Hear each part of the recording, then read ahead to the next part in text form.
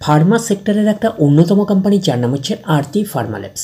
আরতি Pharma ল্যাবসের হচ্ছে Q3 result out হয়ে গেছে। Q3 রেজাল্টের পারফরমেন্স কী টাইপের দিয়েছে আরতি ফার্মা ল্যাবস, সেটাকে নিয়ে আমরা অ্যানালিসিস করব।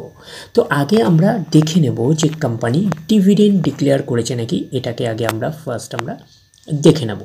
তো কোম্পানি এখানে লেখা দেখতেই পাচ্ছেন, the declaration of interim dividend, 2.5 টাকা করে কিন্তু ইন্ট্রিম ডিভিডেন্ড কিন্তু ডিক্লেয়ার করেছে, এটুখানি মাথায় রাখবেন। এইবারে আমরা চলে যাব কোম্পানিটার হচ্ছে Q3 রেজাল্টে, দেখব যে Q3 রেজাল্টের পারফরমেন্স কী টাইপের দিয়েছে। তো আমরা 3 নাম্বার পেজে পাচ্ছি Q3 রেজাল্ট।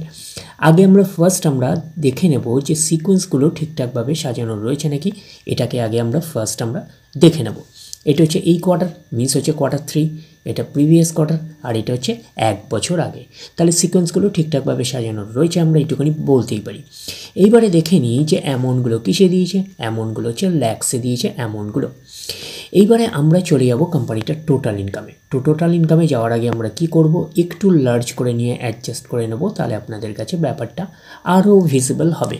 তো এইবারে আমরা চলে যাচ্ছি কোম্পানিটার টোটাল ইনকামে। তো চলে আসলাম টোটাল ইনকামে।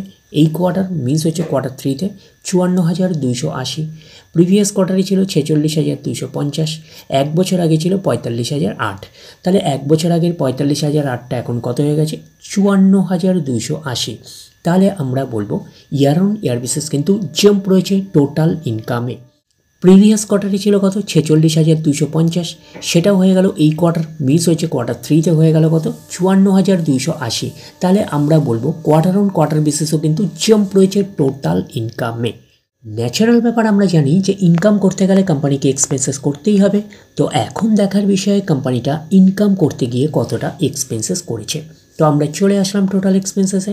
এই কোয়ার্টার মিস হয়েছে Q3-তে 44,218, প্রিভিয়াস কোয়ার্টারে ছিল 39,074, 1 বছর আগে ছিল 37,626। তাহলে 1 বছর আগে 37,626টা এখন কত হয়ে গেছে, 44,218। তাহলে আমরা বলবো ইয়ার অন ইয়ার বেসিস কিন্তু জাম্প রয়েছে টোটাল এক্সপেন্সেসে। প্রিভিয়াস কোয়ার্টারে ছিল কত, 39,074, সেটা হয়ে গেল এই কোয়ার্টার, মিনস হচ্ছে Q3-তে হয়ে গেল কত, 44,218।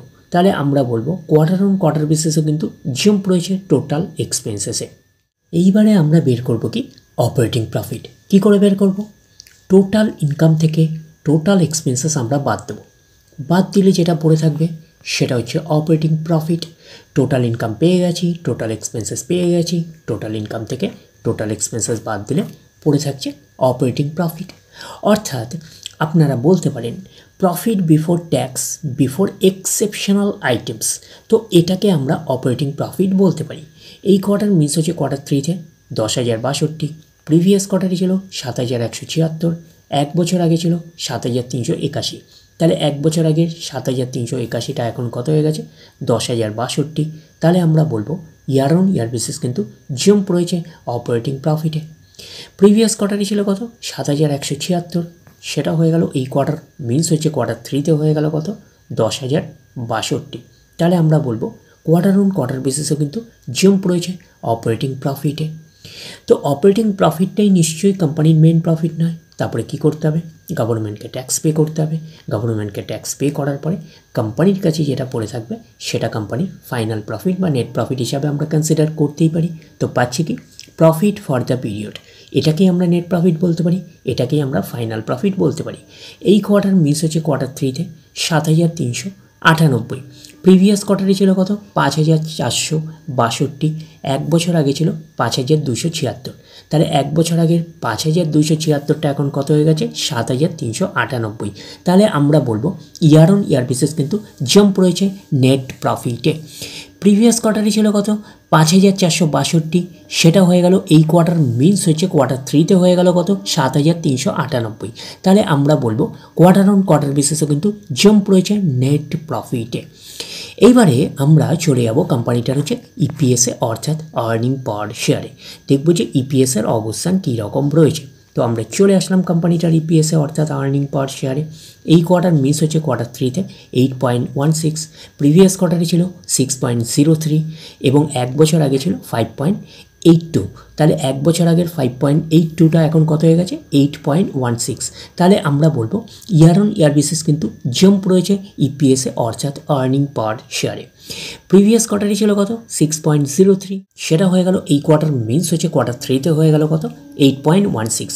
তাহলে আমরা বলবো কোয়ার্টার অন কোয়ার্টার বেসিস কিন্তু জাম্প রয়েছে ইপিএসে অর্থাৎ আর্নিং পার শেয়ারে। তো ন্যাচারাল ব্যাপার আমরা জানি যে নেট প্রফিটের রিফ্লেকশনটা ইপিএসে পাই, তো নেট প্রফিটের রিফ্লেকশনটা আমরা ইপিএসে পেয়েছি। তো ওভারঅল কনক্লুশন হিসাবে আমরা কি বলতে পারি নেট প্রফিটের ক্ষেত্রে, ওভারঅল কনক্লুশন হিসাবে আমরা নেট প্রফিটের ক্ষেত্রে বলতে পারি ইয়ার অন ইয়ার বেসিস কিন্তু ম্যাসিভ জাম্প রয়েছে এবং কোয়ার্টার অন কোয়ার্টার বেসিসেও কিন্তু ম্যাসিভ জাম্প রয়েছে নেট প্রফিটে, আমরা এইটুখানি বলতেই পারি। তাহলে ওভারঅল ভিউটা আমরা বলতে পারি যে আরতি ফার্মা ল্যাবসের হচ্ছে কোয়ার্টার 3 রেজাল্ট আমরা বলতে পারি একটা আউটস্ট্যান্ডিং টাইপের একটা পারফরমেন্স করেছে, আমরা কিন্তু এইটুখানি বলতেই পারি। তাহলে ওভারঅল ভিউটা আপনাদের কাছে ক্লিয়ার। তাহলে এই অবধি, নেক্সট ভিডিওতে আবার আপনার সাথে আমার দেখা হচ্ছে। ধন্যবাদ।